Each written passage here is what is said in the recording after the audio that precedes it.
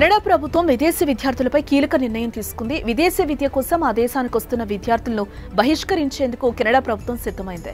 ఇప్పటికే స్టూడెంట్ వీసాలపై ఆంక్షలు విధించిన జస్టిస్ ట్రూడో ప్రభుత్వం తాజాగా లక్షలాది విద్యార్థులను బహిష్కరించే దిశగా అడుగులు వేస్తూ ఉండటం విదేశీ విద్యార్థుల్లో ఆందోళన పెంచుతోంది.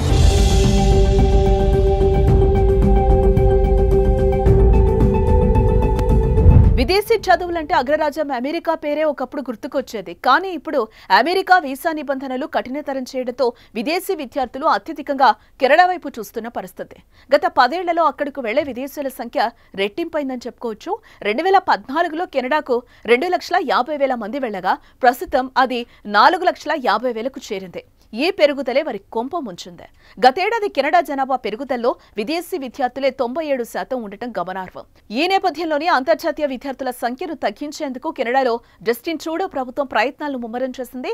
తక్కువ వేతన విభాగాల్లో తాత్కాలికంగా నియమించుకునే విదేశీ వర్కర్ల వాటాను తగ్గించుకుంటామని ప్రధాని జస్టిన్ ట్రూడో చేసిన ప్రకటనతో కలకలం రేగింది. ఈ నిర్ణయం 70,000 మంది విదేశీ విద్యార్థులను ప్రభావితం చేయనుండగా వీరిలో పెద్ద సంఖ్యలో భారతీయ విద్యార్థులున్నారు. దీంతో ఆందోళనకు గురవుతున్న విదేశీ విద్యార్థులు నిరసనలకు దిగారు.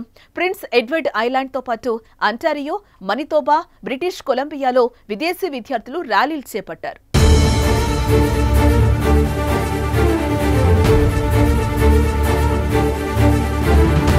విదేశీ వర్కర్ల సంఖ్యను తగ్గించుకునే ప్రయత్నాల్లో ఉన్న కెనడా అందుకోసం అనేక మార్గాలను అన్వేషిస్తోంది. ఇటీవల జరిగిన కేబినెట్ సమావేశంలో ఇదే అంశంపై ట్రూడో సర్కార్ చర్చించింది. ఇందులో భాగంగా విదేశీ వర్కర్ల విధానంలో మార్పులు చేసి సెప్టెంబర్ 26 నుంచి అమల్లోకి వచ్చే విధంగా ప్రణాళికలను సిద్ధం చేస్తుంది. అయితే ఇందులో నిర్మాణ, ఆరోగ్య, ఆహార భద్రత రంగాల్లో పనిచేసే వారికి మినహాయింపు ఉంటుందని కెనడా ప్రధాని పేర్కొన్నారు.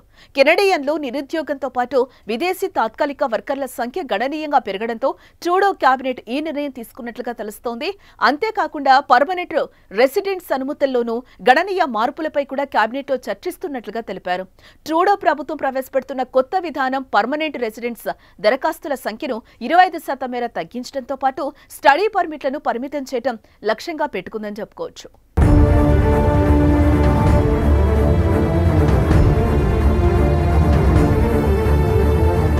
గత కొన్ని సంవత్సరాల నుంచి వేగవంతంగా పెరుగుదల నమోదైన నేపథ్యంలో ఈ మార్పులు తీసుకొచ్చింది ట్రూడో ప్రభుత్వం.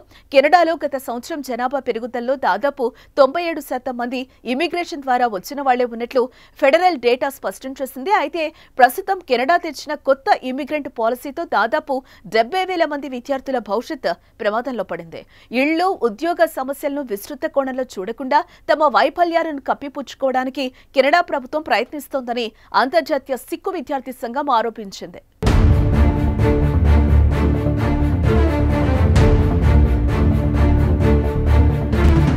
దీంతో పాటుగా 2022లో తెచ్చిన వర్క్ పర్మిట్లను విస్తరించాలనుకున్న విధానానికి ట్రూడో సర్కార్ స్వస్తి పలికింది.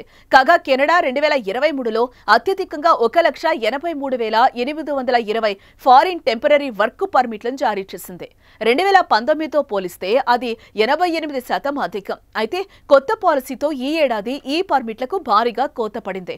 కొత్త పాలసీ ప్రకారం నిరుద్యోగిత రేటు 6% కంటే అధికంగా ఉన్న ప్రాంతాల్లో వర్క్ పర్మిట్లను రిజెక్ట్ చేస్తారు. అయితే agriculture, food processing, constructions, health సెక్టార్లను దీని నుంచి మినహాయించారు. ఈ రంగాల్లో ఉద్యోగుల కొరత ఉండటమే దీనికి కారణం. దీంతో వచ్చే 3 ఏళ్లలో మొత్తం కెనడా దేశ జనాభాలో టెంపరరీ ఫారిన్ రెసిడెంట్ల సంఖ్యను 5% తగ్గించాలని కెనడా ప్రభుత్వం నిర్ణయించింది.